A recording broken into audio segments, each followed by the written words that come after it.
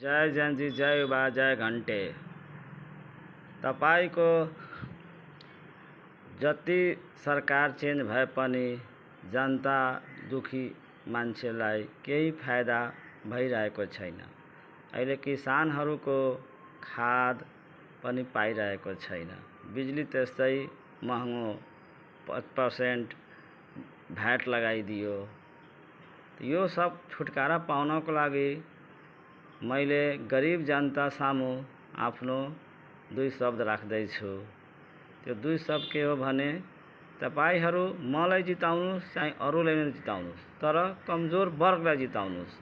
जोसँग पैसाको कमी छ, जोसँग मान्छेको कमी छ, उसलाई जिताउनुस्। उसलाई जिताउँदाखेरि तपाईले फाइदा के हुन्छ भन्दाखेरि न उसको एल्चा बेल्चा हुन्छ, न कोही कसैलाई दबावमा हुन्छ।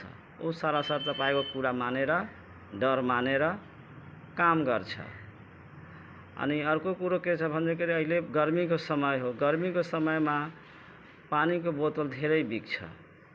एक छाक पानी पिउनलाई पनि 20 रुपैयाँ 25 रुपैयाँ तपाईले खर्च गर्नुपर्ने हुन्छ।